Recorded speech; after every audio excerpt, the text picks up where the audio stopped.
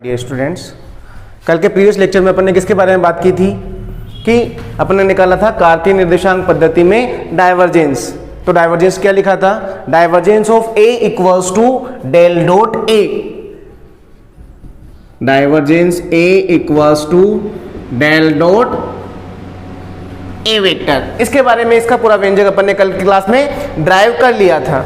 अब आज की क्लास में अपन क्या करते हैं, जो अपन ने डाइवर्जेंस ऑफ ए का व्यंजक ड्राइव किया है जिसकी वैल्यू कितनी है, डेल डॉट ए वेक्टर, इसका अपन क्या निकाल रहे हैं, क्या देखना चाह रहे हैं कि फिजिकल सिग्निफिकेंस क्या होता है, इसका भौतिक महत्व क्या होता है, डेली लाइफ में ये किस काम आता है। तो उसके बारे में अपन आज बात करने वाले हैं। चलो देखते हैं। अपन जानते हैं divergence of A del dot A, जब भी दो सदिशों का अदिश गुणा किया जाता है तो राशि कैसी प्राप्त होगी, हमेशा अदिश राशि प्राप्त होती है। और अदिश राशि क्या हो सकती है, धनात्मक भी हो सकती है, ऋणात्मक भी हो सकती है और शून्य भी हो सकती है। तो उसके आधार पर अपन ने डाइवर्जेंस को क्या कर दिया, तीन भागों में डिवाइड कर दिया। क्या कि डाइवर्जेंस ऑफ ए का मान पॉजिटिव भी हो सकता है, डाइवर्जेंस ऑफ ए का मान नेगेटिव भी हो सकता है और डाइवर्जेंस ऑफ ए का मान जीरो भी हो सकता है, शून्य भी हो सकता है। ठीक है, यहाँ पर ए क्या है, कोई सदिश क्षेत्र है। अब सदिश क्षेत्र में यहाँ पर क्या आ सकता है, तुम्हारे पास चुंबकीय क्षेत्र भी हो सकता है और विद्युत क्षेत्र भी हो सकता है। ठीक है, तो देखो यहाँ पर इसके बारे में बात करते हैं। डाइवर्जेंस ऑफ ए पॉजिटिव होने का अर्थ है कि, क्या अर्थ हो सकता है कि सारी की सारी बल रेखाएं सदिश बल रेखाएं, क्योंकि मैंने यहाँ पर क्या लिया है, सदिश लिया है। यदि ई लोगे तो विद्युत बल रेखाओं की बात करोगे और बी लोगे तो चुंबकीय बल रेखाओं की बात करोगे। तो क्या बोला कि सदी तुम्हारे पास डाइवर्जेंस ऑफ ए के धनात्मक होने का अर्थ है कि सारी की सारी चुंबकीय बल रेखाएं बाहर की ओर निर्गत हो रही हैं। यदि बाहर की ओर निर्गत हो रही है इसका मतलब क्या होगा कि अंदर कोई ना कोई स्रोत विद्यमान है, क्योंकि बाहर कब निकलेगी, जब कोई उसमें अंदर उपस्थित होगा तभी तो क्या होगा, कोई लाइट सोर्स अवेलेबल है तभी तो वहां से लाइट बाहर जाएगी। तो यहाँ पर क्या है, सारी की सारी चुंबकीय बल रेखाएं बाहर की ओर निर्गत हो रही है। इसका अर्थ क्या है कि इसके अंतर्गत कोई, इसके अंदर कोई तुम्हारे पास स्रोत विद्यमान है। ये किसका मीन हुआ, डाइवर्जेंस ऑफ ए का। डाइवर्जेंस ऑफ ए किसमें, पॉजिटिव है उस कंडीशन में। इसका जस्ट अपोजिट ले लो, सारी के सारी चुंबकीय बल रेखाएं क्या, चुंबकीय बल रेखाएं या विद्युत बल रेखाएं, दोनों को एक साथ लेंगे तो क्या होगा, सदिश बल रेखाएं। यदि सदिश बल रेखाएं अंदर की ओर जा रही है, अंदर की ओर जा रही है, इसका मीन्स अंदर कोई ग्रहण करने वाला विद्यमान है और ग्रहण करने वाले को क्या बोलते हैं अपन, सिंक। ठीक है, तो मीन क्या हुआ, डाइवर्जेंस ऑफ ए ऋणात्मक होने का अर्थ है कि सारी की सारी बल रेखाएं अंदर की ओर प्रवेशित हो रही हैं। और अंदर की ओर प्रवेशित हो रही है तो कहने का तात्पर्य क्या है कि उसके अंतर्गत, उसके अंदर कोई सिंक विद्यमान है। अब ये स्रोत और सिंक का कंसेप्ट कहाँ मिलता है, क्लास 11 थर्मोडायनेमिक्स, और तुम्हारे पास थर्मोडायनेमिक्स में वहां पर था कार्नो इंजन। तो कार्नो इंजन में क्या होता है, स्रोत जो देता है ऊष्मा को और जो सिंक ऊष्मा को ग्रहण करता है। मतलब स्रोत तो देने वाला और सिंक लेने वाला या ग्रहण करने वाला। ऊष्माधारिता उनकी क्या होती है, अनंत होती है दोनों की। ठीक है, दो पॉसिबिलिटीज हो चुकी, एक तो क्या हुआ, पॉजिटिव हो सकता है और एक नेगेटिव हो सकता है। अब डाइवर्जेंस ऑफ ए की वैल्यू क्या हो सकती है, जीरो भी हो सकती है। अब जीरो होने का फिजिकल सिग्निफिकेंस क्या रहा कि जितनी बल रेखाएं अंदर की ओर प्रवेशित हो रही है, जितनी बल रेखाएं अंदर की ओर प्रवेशित हो रही हैं उतनी बल रेखाएं बाहर की ओर निर्गत हो रही हैं। तो कहने का तात्पर्य यह रहा कि इसके अंतर्गत, इसके अंदर न तो स्रोत विद्यमान है और न ही सिंक विद्यमान है। ठीक है, और ऐसा सदिश क्षेत्र जिसमें ये घटना होती है, कहने का मतलब जिसमें न तो स्रोत होता है और न ही सिंक होता है, वहां पर क्या होता है, डाइवर्जेंस ऑफ ए की वैल्यू जीरो होती है, और उस टाइम पर जो ए होता है उसे बोलते हैं अपन परिनालिकीय सदिश।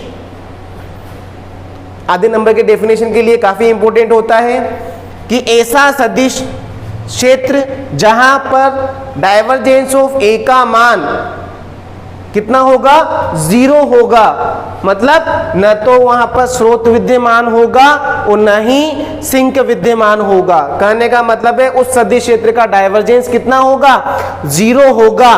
तो वो सदिश कौन, ए, क्या कहलाएगा, परिनालिकीय सदिश। परिनालिकीय सदिश किसे बोलते हैं, ऐसा सदिश क्षेत्र जिसके लिए डाइवर्जेंस की वैल्यू कितनी हो, शून्य प्राप्त होती है, वह सदिश क्या कहलाता है, परिनालिकीय सदिश कहलाता है। तो ये हुआ अपने पास डाइवर्जेंस का भौतिक महत्व, physical significance of divergence. Okay, clear. एक बार फिर रिवाइज करा रहा हूं, क्या होगा कि अपने पास डाइवर्जेंस ऑफ ए की वैल्यू निकाली थी अपन ने, डेल डॉट ए। चूंकि डेल और ए दोनों सदिश राशियां हैं और बीच में क्या लगा हुआ है, डॉट, तो जब डॉट लगता है तो राशि कैसी प्राप्त होती है, अदिश। अब अदिश राशि धनात्मक भी हो सकती है, ऋणात्मक भी हो सकती है और शून्य भी हो सकती है। धनात्मक होने का मीन ये रहा, धनात्मक होने का मीन क्या रहा कि सारी की सारी बल रेखाएं क्या हो रही है, बाहर की ओर निर्गत हो रही है। यदि बाहर की ओर निर्गत होगी तो उसके अंतर्गत कोई, उसके अंदर कोई न कोई स्रोत विद्यमान होगा। सेकंड कंडीशन, डाइवर्जेंस ऑफ ए की वैल्यू नेगेटिव है। यदि नेगेटिव है तो सारी की सारी बल रेखाएं अंदर की ओर प्रवेशित हो रही है। यदि प्रवेशित होगी तो वहां पर क्या होगा, उन्हें ग्रहण करने वाला कोई सिंक विद्यमान होगा। थर्ड कंडीशन, डाइवर्जेंस ऑफ ए की वैल्यू कितनी है, जीरो है।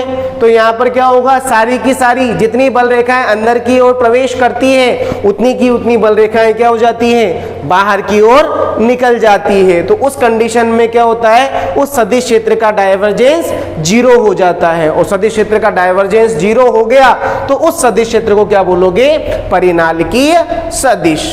ये तुम्हारा ये टॉपिक कंप्लीट होता है। ठीक है, चलो नेक्स्ट टॉपिक पर आते हैं।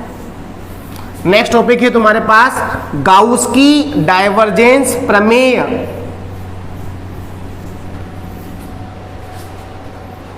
गाउस की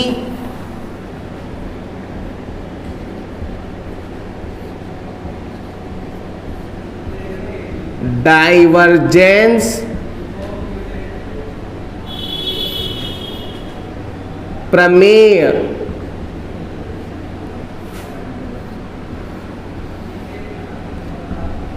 अब देखो गाउस की डाइवर्जेंस प्रमेय क्या काम आएगी, ये प्रॉब्लम्स को सोल्व आउट करने में काम आती है। देखो कैसे काम आती है, अपने पास गाउस की डाइवर्जेंस प्रमेय, क्योंकि अपन ने दो प्रकार के समाकल पढ़ चुके।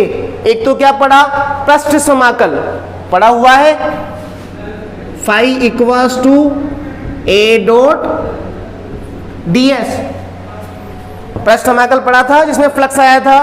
और एक पढ़ा अपन ने क्या, आयतन समाकल।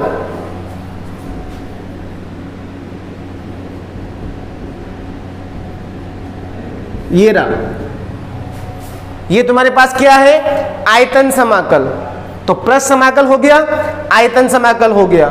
तो ये क्या करती है, गाउस की डाइवर्जेंस प्रमेय एक दूसरे में इंटरचेंज करने में काम आती है।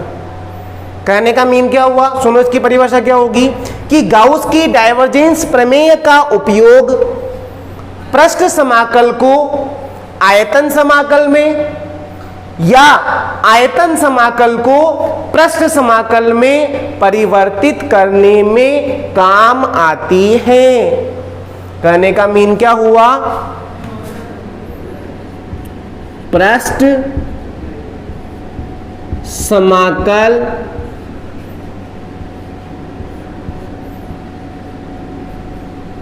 किसमें परिवर्तित हो सकता है, आयतन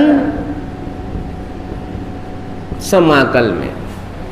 मतलब जो ये प्रमेय है गाउस की डाइवर्जेंस प्रमेय, ये क्या करती है, पृष्ठ समाकल को आयतन समाकल में या फिर आयतन समाकल को पृष्ठ समाकल में परिवर्तित करने के काम आती है। बेसिकली अपन आयतन को पृष्ठ में करते हैं, क्यों?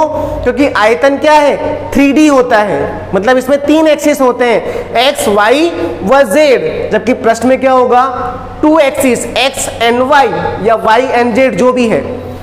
तो यहां पर जो कोई भी प्रॉब्लम दी जाती है यदि वो 3D में है, मतलब उसमें 3 x और y और z 3 कंपोनेंट्स अवेलेबल हैं, तो उसको अपन किस में कन्वर्ट कर देते हैं, 2D में कन्वर्ट कर देते हैं, पृष्ठ समाकल में कन्वर्ट कर देते हैं, ताकि प्रॉब्लम को सोल्व आउट करना थोड़ा इजी हो जाता है। क्योंकि 3 के साथ डील करने से बेटर है 2 के साथ अपन डील करें, 2 को आराम से अपन सोल्व आउट कर सकते हैं। ठीक है, अब इसकी परिभाषा सुन लो। परिभाषा क्या है, गाउस की डाइवर्जेंस प्रमेय के अनुसार, क्या बोला, गाउस की डाइवर्जेंस प्रमेय के अनुसार सदिश क्षेत्र में किसी आयतन को परिबद्ध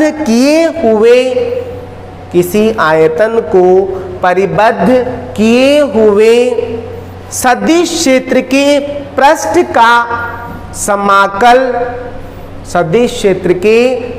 का समाकल उसके डाइवर्जेंस के आयतन समाकल के तुल्य होता है। क्या बोला कि कोई अपन ने आयतन लिया है, उस आयतन को परिबद्ध करते हुए एक पृष्ठ कंसीडर कर रहे हैं और उस पृष्ठ पर उसका रेखा समाकल A.ds, ये रेखा समाकल हो गया। वही पृष्ठ के साथ बंद था, ये बंद पृष्ठ क्या हो गया, पृष्ठ समाकल हो चुका है, मतलब फ्लक्स की बात कर चुके। इक्वल्स टू किसके तुल्य है, इस सदिश क्षेत्र के डाइवर्जेंस, सदिश क्षेत्र का डाइवर्जेंस के आयतन समाकल के तुल्य होता है। इसे बोलते हैं अपन क्या, गाउस की डाइवर्जेंस प्रमेय। क्या बोला, डेफिनेशन दोबारा क्लियर कर रहा हूं, इसी से समझ सकते हो आराम से।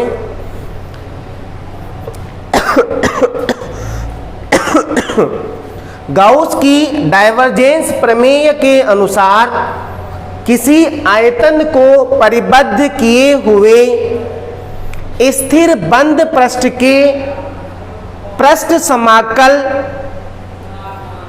डाइवर्जेंस ए के आयतन समाकल के तुल्य होता है। ये रहा पृष्ठ समाकल किसके तुल्य है, आयतन समाकल के तुल्य होता है। इसे गाउस की डाइवर्जेंस प्रमेय कहते हैं। क्लियर? क्या किया, ये 2D है और ये 3D है, क्योंकि यहां पर क्या आ रहा है, आयतन आ रहा है, यहां पर क्या आ रहा है, सरफेस आ रहा है। तो यहां पर क्या हो जाएगा, 3D को 2D में या 2D को 3D में कन्वर्ट किया जा सकता है। Okay, clear? अब ये आती कैसे है, इसको व्युत्पन्न करते हैं अपन। ये किसमें है, गणितीय रूप में।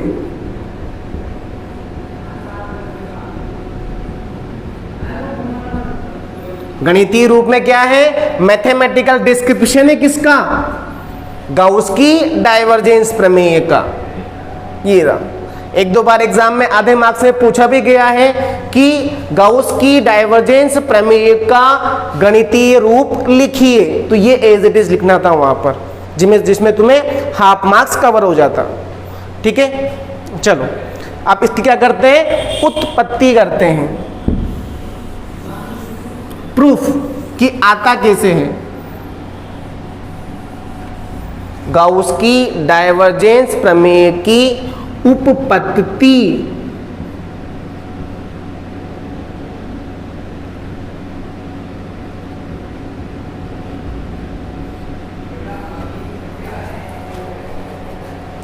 ठीक है, चलो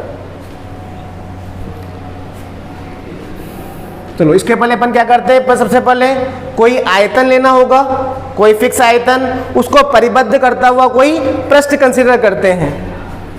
ये मैंने क्या लिया, ये कोई आयतन है और उस आयतन को परिबद्ध करता हुआ क्या है, मेरे पास एक पृष्ठ है S।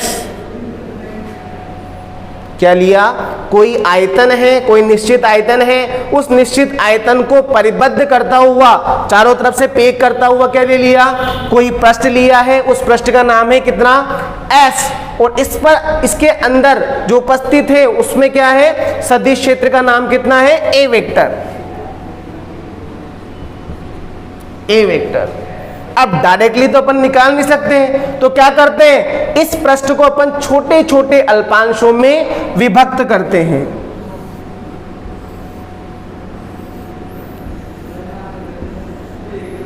ये छोटे छोटे अल्पांशों में ले लिया,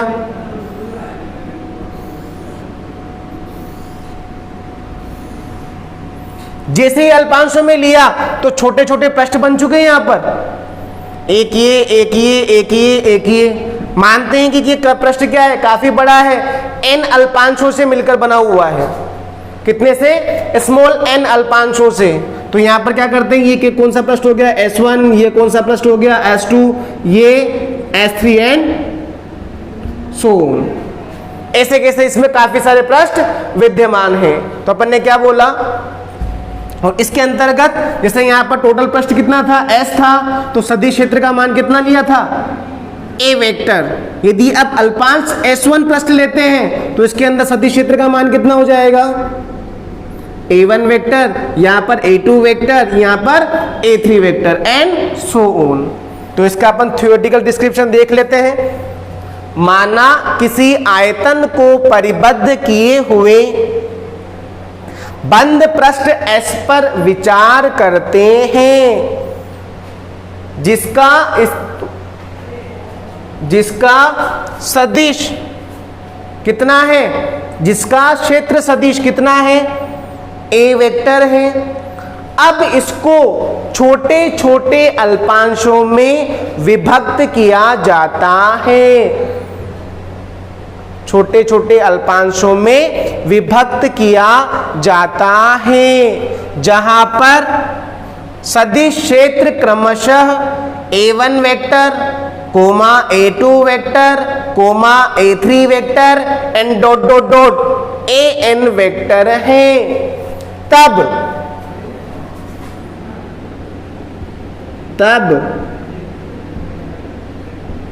संपूर्ण पृष्ठ का पृष्ठ समाकल कितना हो जाएगा, संपूर्ण पृष्ठ कौन सा, S। तो इसको क्या लिख सकते हैं,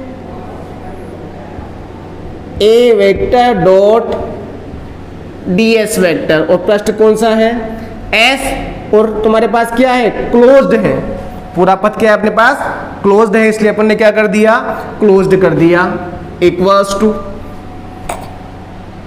अब जो ये पूरा सरफेस है ये कितने अल्पांशों से मिलकर बना हुआ है, काफी सारे अल्पांश हैं, S1, S2, S3, S4, S5, कहां तक चल रहे हैं, N तक। तो अपन इसको ऐसा लिख सकते हैं, क्योंकि क्लोज है, ये भी क्लोज है ना, अपने अल्पांश की फॉर्म में लिया है। तो क्या होगा, S1 A1 vector dot DS1 plus S2 A2 vector dot DS2 and so on plus SN vector dot AN dot DSN। क्या ऐसा लिखा जा सकता है, क्योंकि सारे अल्पांशों को जोड़ेंगे 1 से लेकर n तक, तो क्या होगा, पूरा पृष्ठ बन जाएगा। वही अपन ने किया है। टोटल क्या बोला, A डॉट DS क्या है, इसका पूरा पृष्ठ समाकल है। अब इस पृष्ठ समाकल में क्या कर दिया, इसकी वैल्यू किसके इक्वल होगी, इन छोटे छोटे अल्पांशों के पृष्ठ समाकल के। वही अपन ने किया है। अब इसको समराइज करके छोटा सा पार्ट बना सकते हैं, उसके लिए अपन यूज करते हैं किसका, समेशन का। क्या हो जाएगा, समेशन कहां से कहां तक वेरी कर रहा है, 1 से n तक। तो मैं लिमिट लगा रहा हूं यहां पर i equals to 1 to n integral si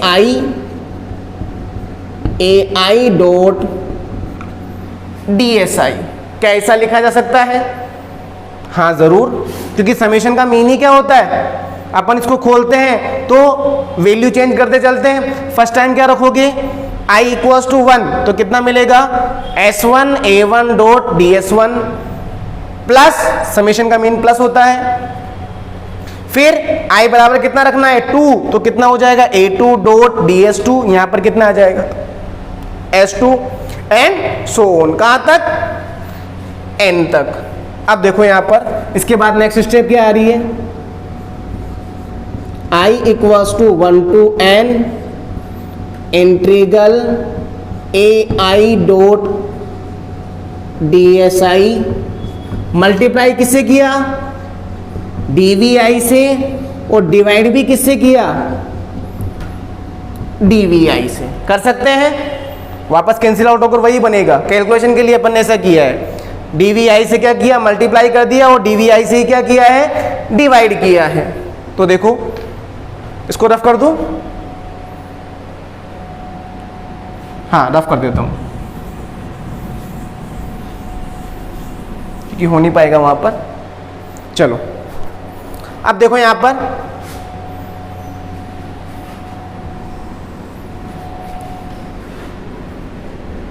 divergence की परिभाषा से, डाइवर्जेंस की परिभाषा क्या लिखी थी कल अपन ने, divergence of A equals to A dot ds upon dv।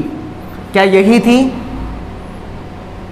हाँ, फ्लक्स अपॉन आयतन, एकांक आयतन से गुजरने वाला फ्लक्स ही क्या कहलाता है, डाइवर्जेंस कहलाता है। तो इसकी और इसकी तुलना करो, यहां पर कर दो ऐसा ही, करो तुलना, एक ही जगह पर a रहा, ds की जगह पर ds है, dv की जगह पर dv है। तो इसको टोटल अपन इस वाले पार्ट को क्या लिख सकते हैं, डाइवर्जेंस ऑफ ai। इसको डाल दो यहां पर इक्वेशन 1, इसको डाल दो equation 2, from equation 1 and equation 2 now we get a dot ds संपूर्ण पृष्ठ का पृष्ठ समाकल इक्वल्स टू, समेशन की जगह पर समेशन, इसकी जगह पर क्या आ जाएगा, डाइवर्जेंस ऑफ ai dvi। ठीक है, अब चलो यहां पर अब समझो एक छोटी सी चीज, दो चीजें होती है, एक तो होता है तुम्हारे पास समेशन और एक होता है समाकल। दोनों का बेसिक मीन क्या है, दोनों का बेसिक मीन एक ही होता है, योग करना, जोड़ना। तो देखो यहां पर इस समेशन का मीन क्या होता है, निश्चित अंतराल में जोड़ता ही है। तो तुम्हारे पास अपन ने कोई ऊर्जा स्तर ले लिए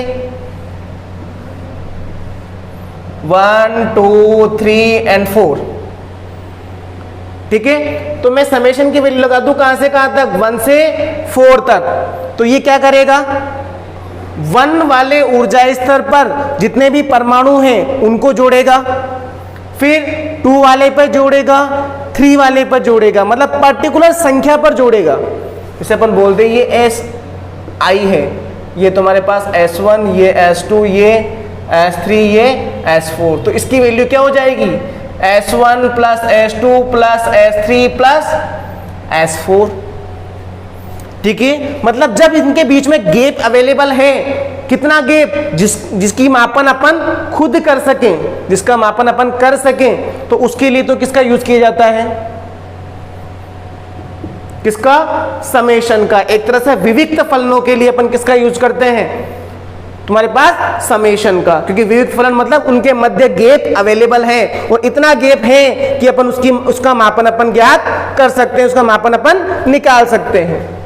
ठीक है। और यदि मैं बोलूं कि ये जो पार्टिकल है वो S1 से लेकर S2 के मध्य भी अवेलेबल है, मतलब वो इसके मध्य 1.5 पर भी है, तो उस कंडीशन में ये तुम्हारा समेशन 1.5 वाले की मापन नहीं कर पाएगा, क्योंकि वो सतत हो गया, कंटिन्यूअसली हो गया, छोटे छोटे पार्ट्स में डिवाइड हो गया इस फॉर्म में। जब सारी की सारी प्लेटें एक दूसरे पर आ जाएगी तो हमें क्या लगेगा कि एक पूरी लाइन बन चुकी है कंटिन्यूअसली, तो उस टाइम पर तुम्हारा समेशन क्या होगा, फेल हो जाता है। उस टाइम पर क्या काम आता है, समाकल काम आता है। समाकल का मतलब क्या हो गया, समाकल का मतलब जैसे 1 to 4 बोलते हैं, तो इसमें 1 से लेकर 4 तक की सारी संख्याएं आ चुकी है, चाहे वो 1.1 हो या 1.999999 कितना भी, बट ऐसा किसमें नहीं होता है, समेशन में नहीं होता है।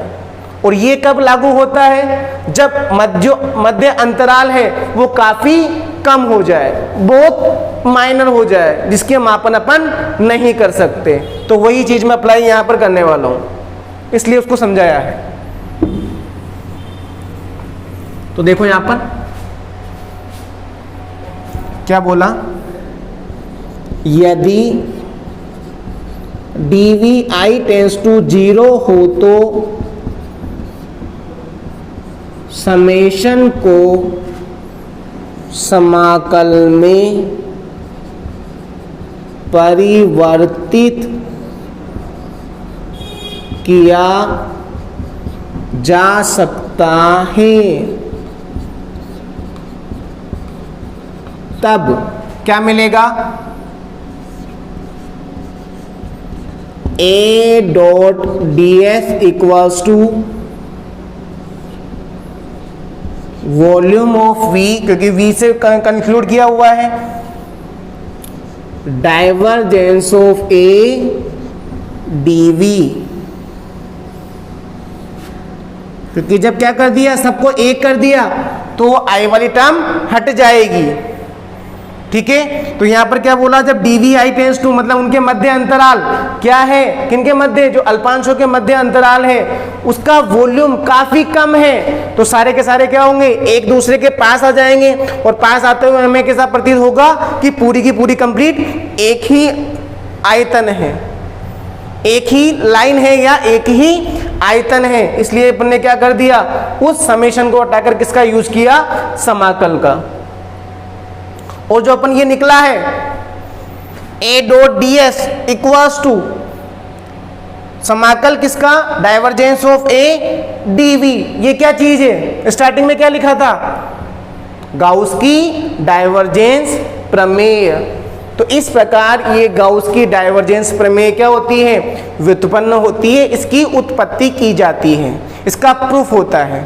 तो 5 नंबर के लिए क्वेश्चन आता है तुम्हारे पास एग्जाम में कि गाउस की डाइवर्जेंस प्रमेय क्या है तथा इसका प्रूफ भी लिखिए या प्रूफ भी व्युत्पन्न कीजिए। तो तुम्हें यहां तक इसको एज इट इज करना होगा, तब जाकर तुम्हें 5 मार्क्स गेन किए जाएंगे, गेन होंगे।